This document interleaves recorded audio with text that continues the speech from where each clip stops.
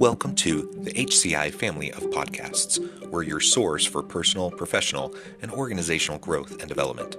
We share our own original research, explore industry trends, and interview executives and thought leaders from across the globe. Join us for practitioner-oriented content around all things leadership, HR, talent management, organizational development, and change management. Maximize your personal and organizational potential with the HCI family of podcasts. Dr. Rosalind Cohen, welcome to the conversation today. Thank you. I'm thrilled to be here. It is a real pleasure to be sitting down with you. You're joining us from San Francisco. I'm south of Salt Lake City in Utah. And today we're going to be talking about broadening how people view commonalities to create cultures of inclusion and belonging. This is such an important conversation. We live in such a polarized world. Diversity, equity, inclusion, and belonging has become so politicized, and it's hard to have any meaningful conversation around this topic nowadays because people just get so upset and so angry, and it's so sad to me because this doesn't need to be a politicized conversation. When you boil it down to the nuts and bolts of what this is all about, it's really just about treating people with dignity and respect, being kind to each other. And I think that's something that pretty much everyone agrees on, Yeah.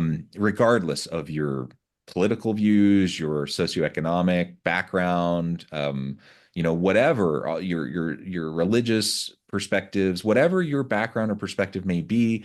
I think pretty much everyone agrees that we want to be kind to each other. We want to treat people with dignity and respect. But unfortunately, the DEI conversation has been largely co-opted politically, and it's just become, part of the culture wars. And so now we're in this place where we can't have conversations about it. And unfortunately, the needed work that needs to be done can't be done. And so we find ourselves in a logjam. So this is what we're going to be discussing today and try to figure out what is the path forward. How can we move forward productively in this current climate?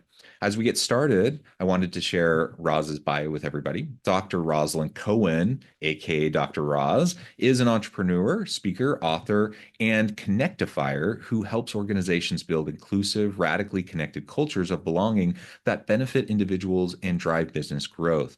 A rising thinker in the worlds of belonging and inclusion, Dr. Roz earned her PhD from the Leadership and Change program at Antioch University, completing her dissertation on the impact of inclusive leadership on employee engagement and organizational success.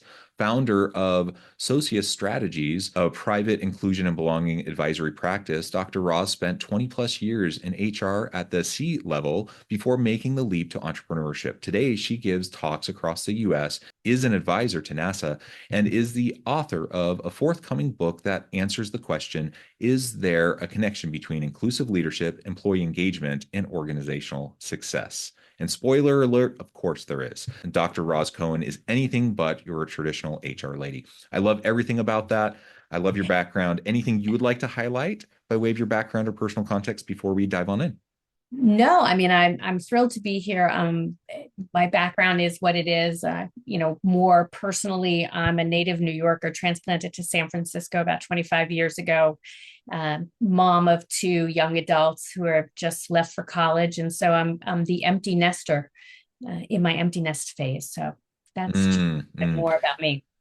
Yeah, wonderful, wonderful. And I think about those days. I have a ways. I have two in college, and then I have four still at home. And but I'm approaching. I have maybe another 5, 6 years before I might be at that stage where I am approximating empty nester stage. And I wonder, what is that going to be like? I have no idea. I can't wrap my mind around it, my head around it. But we'll see. We'll see what that's like, and maybe I'll call you back then and see Absolutely. how did you manage that? Happy to help you along in that process. Absolutely. Yeah, it'll be a journey, I'm sure. All right, so you did your doctoral work um, on this. Of course, you have all this decades of practitioner experience and C-level leadership experience in the space as well.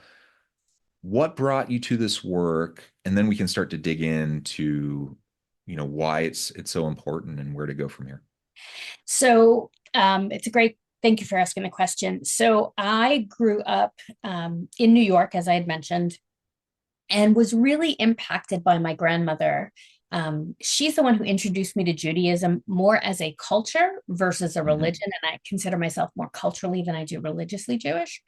Well, one of the things that I learned through her was that there are these values that are important within Judaism. The two that resonate the most with me are tikkun olam and tzedakah. So tikkun olam means reparation of the world, and tzedakah means to give back. And don't come for me if I've screwed those up. This is my interpretation of those things. So when I got older and began to see sort of the world that we live in, they became really pronounced for me in figuring out how to do the work to repair the world, to make it a better Mm. place. While that sounds a little idealistic, um, I believe that I can have an impact in where I can. I'm not going to change the world totally, but I can definitely have an impact. So Yeah. what? So that's how I got here, through a long and opportunistic path of professional work, working in finance and nonprofits and a variety of other organizations, and then came to start my own place, hung out my own shingle, as my father would say. Yeah, well, and I agree. I think we all can influence the world. We all can be agents of change within our own sphere. And am I going to be a transformational agent of change globally and transform societies? Probably not.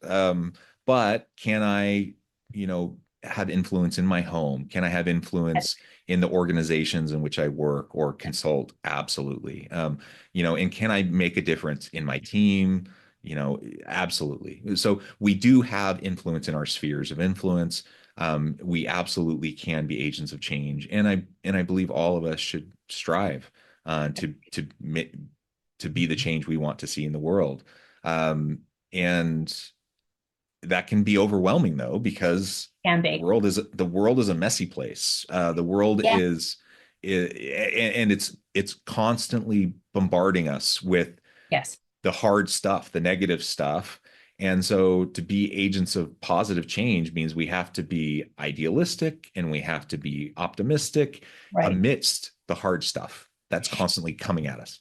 I agree, and I think we also need to be pragmatic, right? Sure. What you talked about influences, spheres of influence, and I talk about that a lot in my work. Is that what do you have the immediate control over? What do you have the influence over? And what do you have concern about that you can't necessarily do anything with? And by focusing on those first two spheres, what do I have immediate control over, and what do I have influence over? You can make change, and you don't know what those influences end up doing for others who end up making different changes in other aspects of their lives and other aspects of their community. So the overwhelming can be countered a little bit by the what can I actually do, and where can I actually have some impact, versus oh my gosh, the world is falling down and everything is horrible, and there's nothing I can do about that. Yeah, So yeah, absolutely. Like, take something like climate change, for example. sure. My goodness, it's Right. overwhelming, right? Absolutely. Absolutely. But I can still make choices. I can recycle. I can use solar. I can drive an electric vehicle. I can make choices that, Right. at least in my sphere, I have control over, and I can try to speak out, to influence others and blah blah blah. Right? I can do those things, and Yes. that's what I have control over. And That's right. so try not to get overwhelmed by what I don't have control Right. over, and try to move things forward in a positive way. Right. And what the danger is, if we allow ourselves to get overwhelmed, the danger is that then we retreat into We our do turtle nothing. Yeah. shell and then we would do nothing, right? And that's what we don't want. No, and it's funny because when I was writing my PhD, I had this sign that hung on my desk that said, "How do you eat an elephant?" And it's one bite at a time. And so, if we think of change and we think of our impact on change in that way, you're not going to eat the whole elephant in one bite, but you can take nibbles at whatever it is that you're looking to change.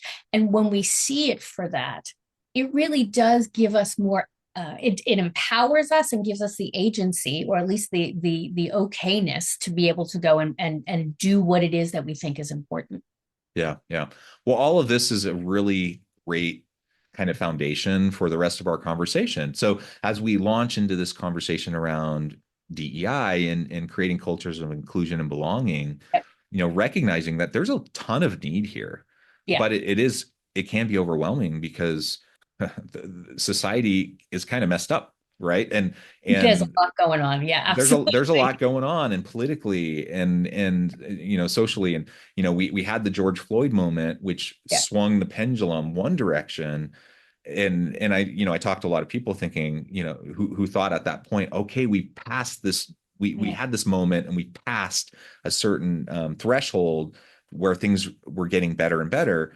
right. Of course, now the pendulum's swinging back and now people are feeling Yeah. overwhelmed. And so all of what we just said, I think, is a real good level set foundation Hmm. to remind ourselves that we need to keep pressing forward. Okay, so with that said, now I think it's also important to recognize uh, why this is also important. And I want to, without being trite, there's so much research on this. There's clearly a strong business case Hmm. for diversity, equity, and inclusion. It leads to better decision making. It leads to better bottom line outcomes for organizations, better Absolutely. productivity, better innovative thinking and creativity, et cetera, et cetera. We could list a whole bunch of things, and there's lots of Absolutely. research to back it all up.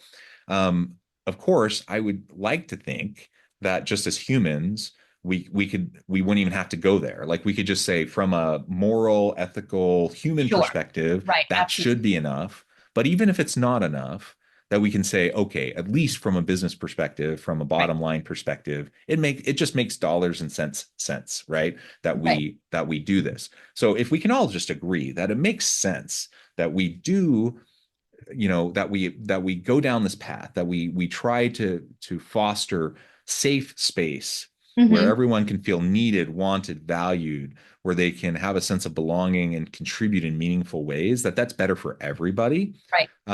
If we can agree on that, and I do think most people agree on that, then the question becomes, how do we do it? How do we actually do it, especially in this polarized Yep. moment where it's hard to even have a conversation?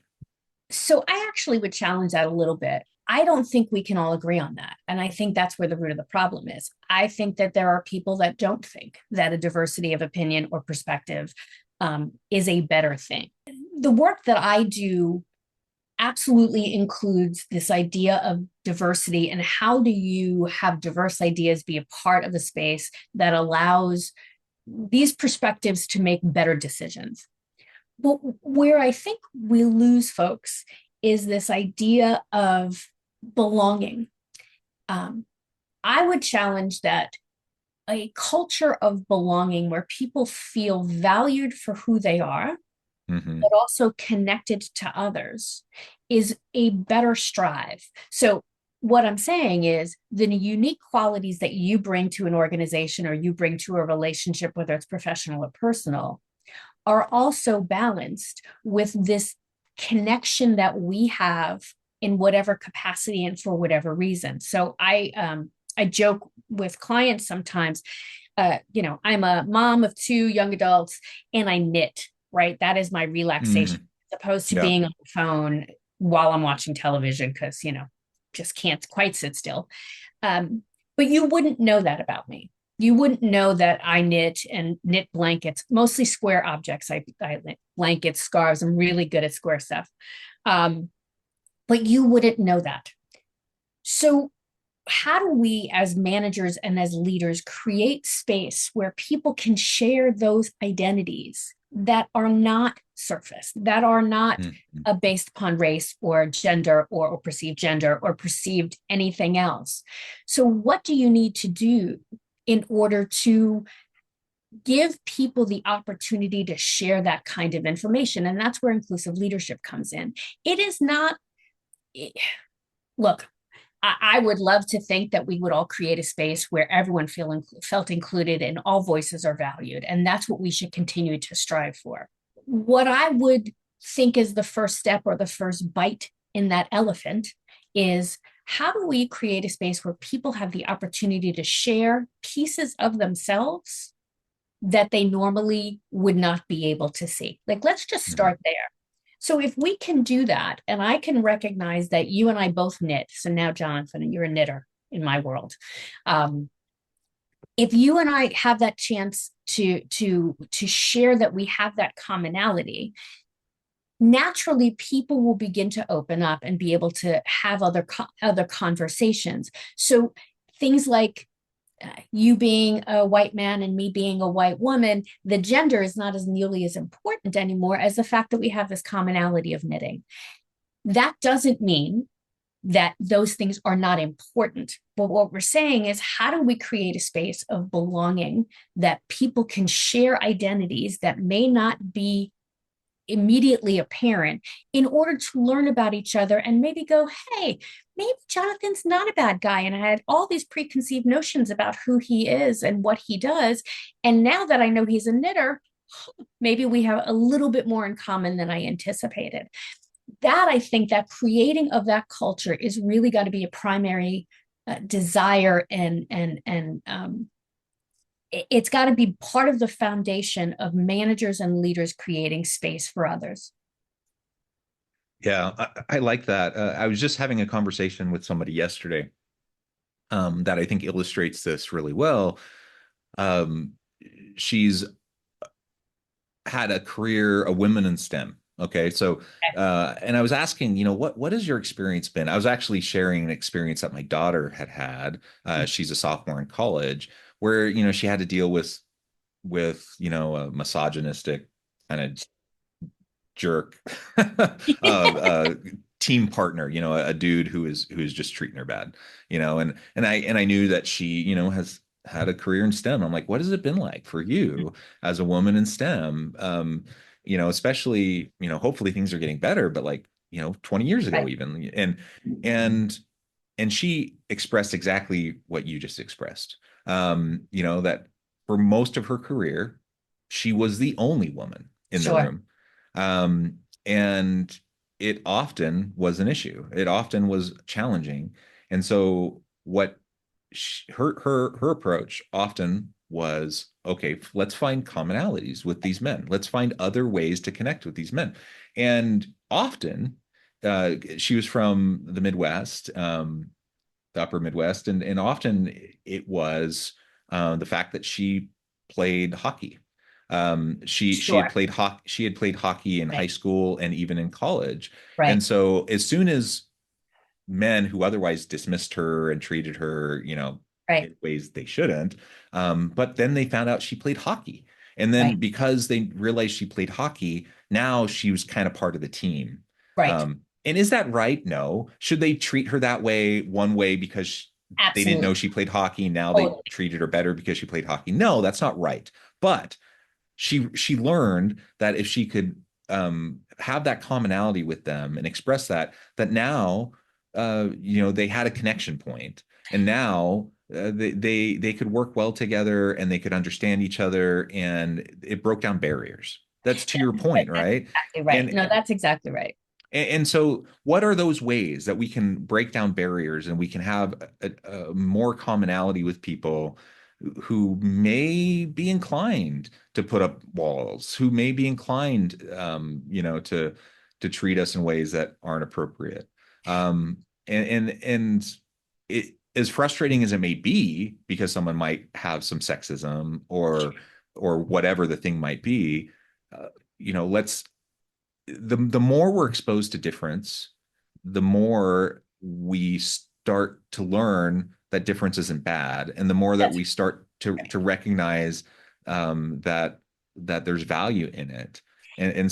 But when we have the barriers up, we don't expose ourselves to it, yeah. and so those commonalities start to build bridges. So, people fear what they don't know, right? Right.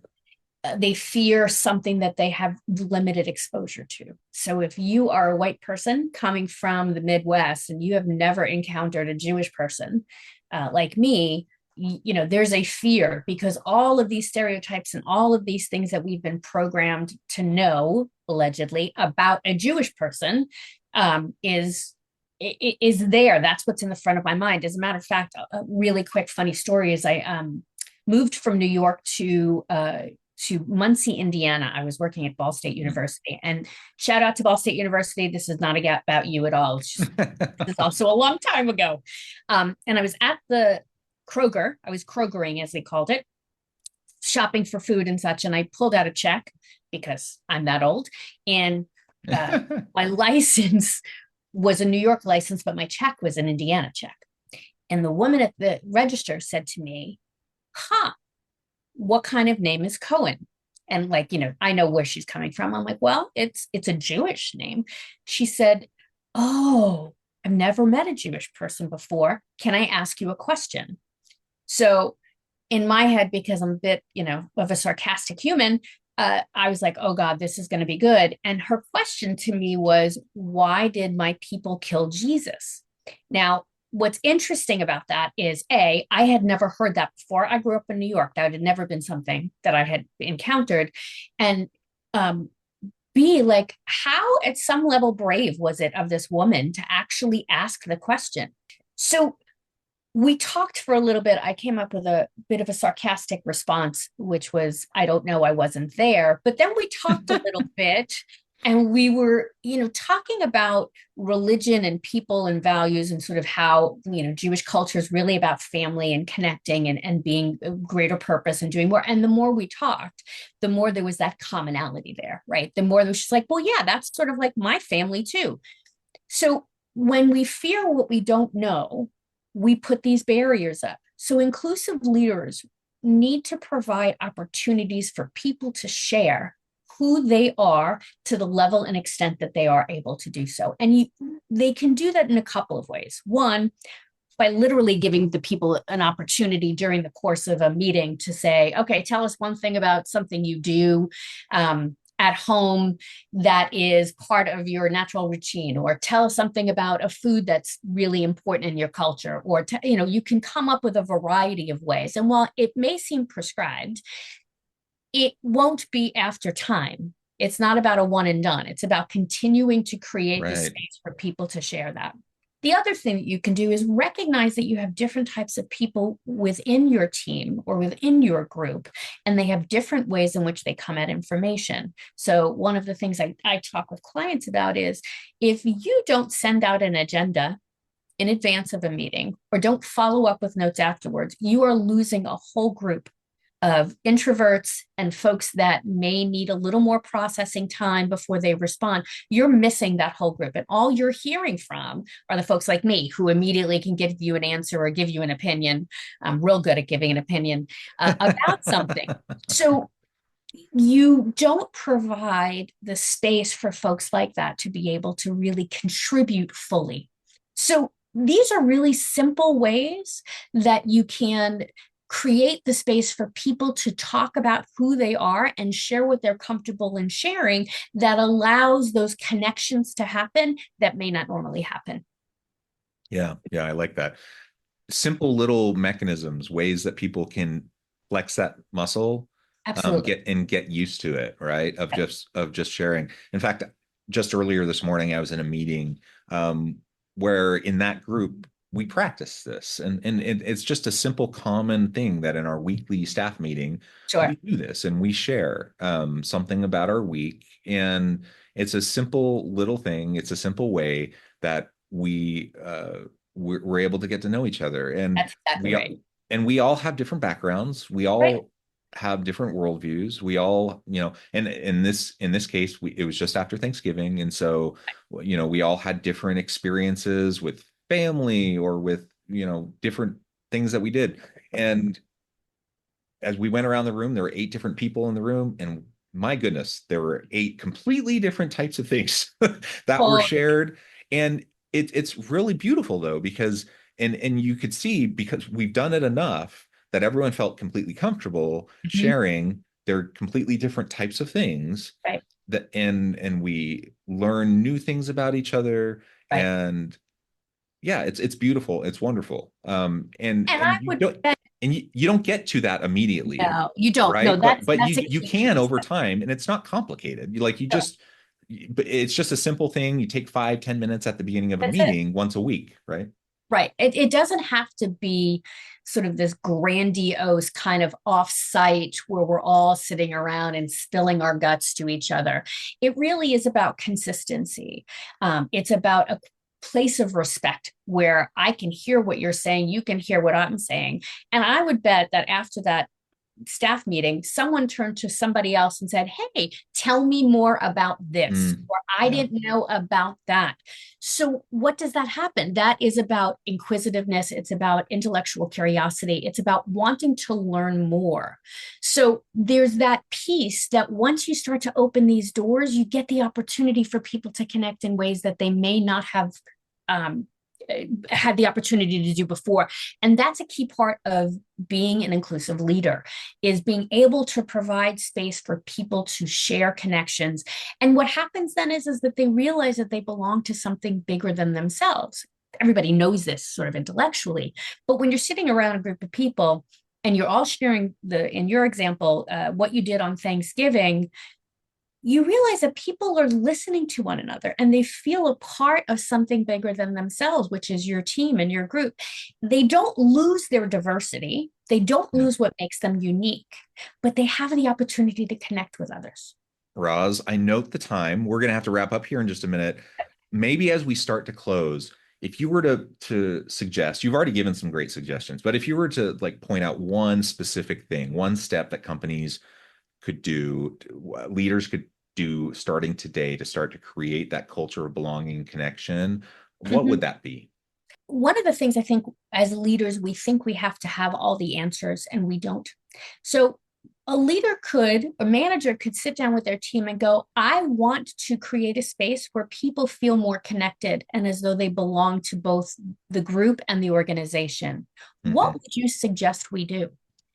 Your people know the answer. People know what they want. They just need also an opportunity to share it.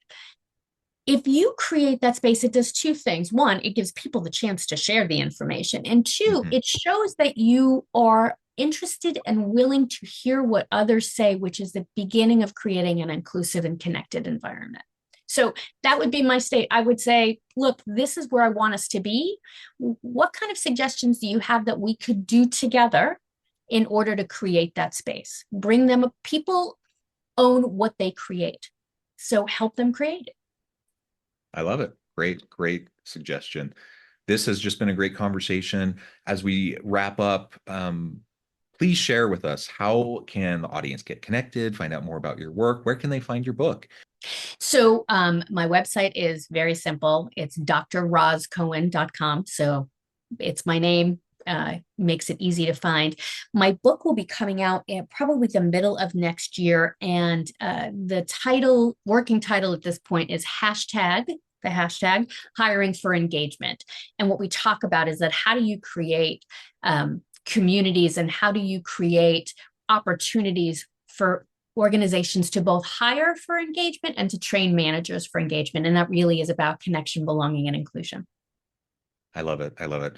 I really encourage the audience to reach out, get connected, find out more about what Roz can do for you. Keep an eye out for this upcoming book. I'm sure it's going to be fantastic. You could probably get a preview by searching up her dissertation. Yeah. In the meantime, If you're um, bored and need something to help you fall asleep, please feel free.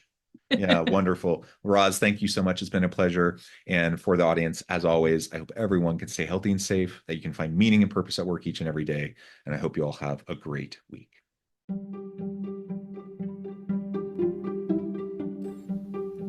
Thanks for joining us for this episode of the podcast. We hope you stay healthy and safe, and please join us again soon.